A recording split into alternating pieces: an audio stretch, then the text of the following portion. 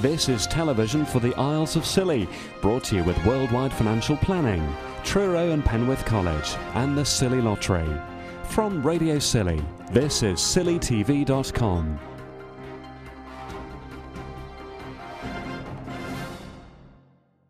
So, a busy time over the New Year break, or has it been a bit quiet? I think it's been noticeably quiet. I think the boys have been busy because we were a little bit short-staffed, but we had to get recruits in from the mainland. But it's been enjoyable, no trouble, everybody in good spirits. But, yeah, good New Year.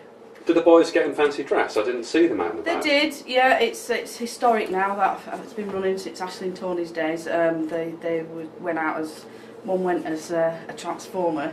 Shall we say? Well, like the sort they have at the power station. No, the comic one. Oh, right. He had a voice-changing helmet, and then our shorter member of the team went out as and he won't mind me saying, he went out as Darth Vader, and he looked really good. A comment was made, "Oh look, it's Lego Star Wars." But he took it all in good taste. Yeah, it was good. Excellent. Now, we can't say terribly much about this, but there has been the execution of a drugs warrant for a search, as we've been reporting in our news today. What can you say in connection with that?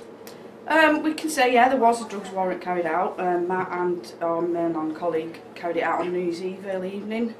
It was negative, I'd like to say, which it's a good thing and a bad thing, really. It means that maybe the intelligence that we're getting in to help us carry out these warrants is graded wrongly, so maybe people's perception of the drug culture on Scilly is not as it is, or it was just used and it was the wrong timing. But either way, it gets a message out, and what I will say to public, if they want to come forward, either anonymously or not, it will be dealt with totally confidential, and we can only act on intelligence given to us. We can't just perceive that there's drugs on the islands, etc. We know there's a drugs culture, but it's acting on community intelligence. When people talk about intelligence, it all sounds a bit sort of CIA, but it's basically tip-offs. Yeah, tip-offs. Yeah. I mean, we do get tip-offs. We get letters pushed through the door. Do you? Yeah, we do. We get the odd phone call where people don't want to give their name, and that's the sort of stuff we have to and can only act on, or other than seeing it with our own eyes. But we put that into the system.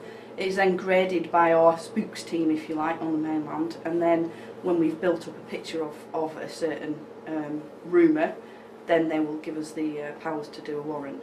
Okay, firearms licences. Yeah, firearms licences. It's that time of year when Scilly's gun holders like to go off to the mainland to do their shoots, etc. And a lot of the licences are coming due for renewal. Now, if you go over your renewal date, what normally happens is, leading up to your renewal, Middlemore HQ send you out a reminder in plenty of time.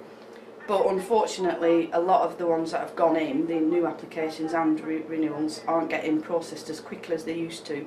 So people's licences are expiring, and we have no other choice but to revoke their guns, and then we have to hold them at the police station, which is it's not ideal for anybody. But can I just remind people, when they get that reminder, send it in straight away, not to us, straight up to Middlemore, and it will be processed. Probably not as quickly as it has been in the past, because unfortunately their staffing numbers have been cut enormously with the new budget settings, so they are bogged down with applications. We can try and speed it up for you.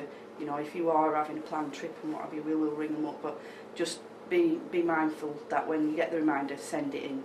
Have you got any of your community events working with the kids going on at the moment? Or we haven't got any happening imminently, but we've got the planning for the two that we do annually. We also, you know, we've got 999s coming up in May. You might think, well, May's a long time off. It's actually not, because we have to resource mainland support and accommodation, everything like that. That's already set in place.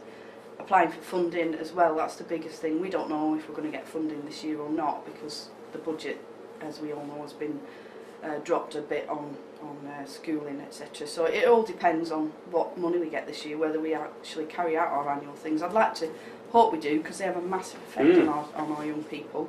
And also we go into the school regularly doing different bits and pieces, road safety, cycle wise, etc. So nothing imminent, but yeah, just on the back burner, hoping to get the funding for it. Okay, okay. And that's it. Just one thing.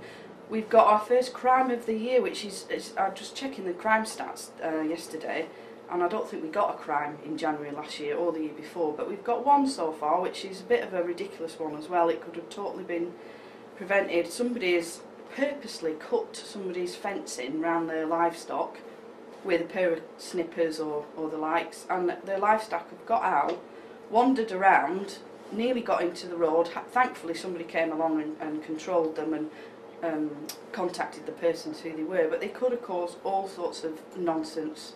They could have caused a car accident, a dog could have got them. So if this person is out there listening, I don't know your reasons behind it, but just think of the consequences that it could have caused. It was a totally purposeful thing that they did. I've seen the whole, all it was a big hole cut in somebody's fencing. So apart from the livestock getting out, this person's out now having to redo all the fencing in one panel, so it's the expense as well. So please, I would just ask people not to do silly things like that. Whereabouts was that, roughly? It's in Old Town, so Old Town. you know, they could have wandered off the cliffs at Tom Point, they could have got into the road there, anything could have happened. Thankfully somebody did find them. It was a long time after they'd got out, I think, but they were put back. They were all safe and sound and happy as you like, but it's quite upsetting for the person involved in this. What sort of animals? They were little goats, no bigger than sort of a medium-sized dog. Very friendly, thankfully they were very friendly, and they went to the person who took control of them, but they could have ended up anyway. All right, well thank you. Thank you very much.